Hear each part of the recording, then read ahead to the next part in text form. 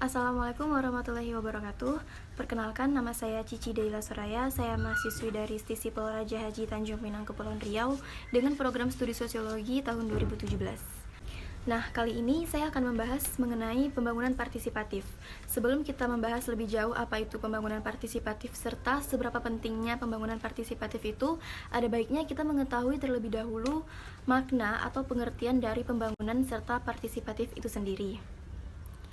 Bicara soal pembangunan, mungkin kata-kata pembangunan sudah sering kita dengar dalam kehidupan sehari-hari, bahkan sudah tidak asing lagi di telinga kita.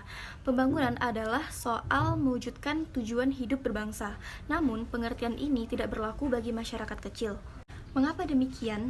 Nah, hal ini dapat kita lihat atau kita jumpai.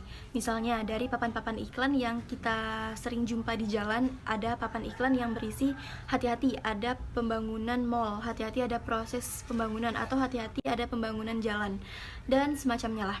Pengertian pembangunan menurut masyarakat kecil itu lebih berorientasi kepada pembangunan fisik. Tetapi sebenarnya pembangunan bukan hanya persoalan fisik, tetapi juga non-fisik. Nah, lalu apa sih pengertian pembangunan itu sendiri menurut para ahli? Nah, menurut Siagian tahun 1994, ia memberikan pengertian tentang pembangunan sebagai suatu usaha atau rangkaian usaha pertumbuhan dan perubahan yang berencana dan dilakukan secara sadar oleh suatu bangsa, negara, dan pemerintah menuju modernitas dalam rangka pembinaan bangsa.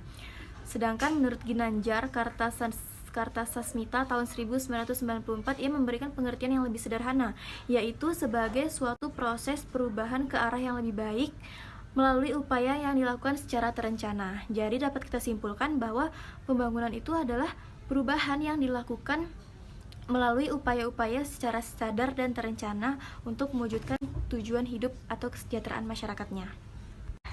Nah, kita lanjut teman-teman, bagaimana sih cara mengukur suatu pembangunan, apakah pembangunan tersebut dianggap berhasil atau tidaknya. Nah, menurut Tudela ada 3 cara, yaitu yang pertama, kita lihat dari apa yang terjadi dengan kemiskinan. Terus yang kedua, apa yang terjadi dengan pengangguran. Ketika kemiskinan ataupun pengangguran itu bertambah, maka pembangunan tersebut dianggap gagal. Sebaliknya, apabila pengangguran dan kemiskinan tersebut berkurang, maka pembangunan tersebut berhasil. Terus cara yang ketiga adalah melihat apa yang terjadi dengan kesenjangan atau ketimpangan. Nah, kita lanjut ke dalam partisipatif. Mungkin teman-teman mempunyai pemahaman tersendiri mengenai pengertian apa itu partisipatif. Namun, menurut saya sendiri, partisipatif itu adalah suatu kegiatan untuk membangkitkan perasaan dan keikutsertaan kita atau ambil bagian kita dalam suatu kegiatan atau suatu organisasi.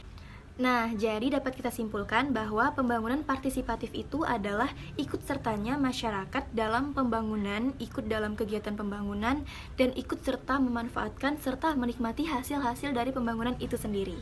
Lalu, mengapa sih partisipasi masyarakat dalam pembangunan itu sangat penting?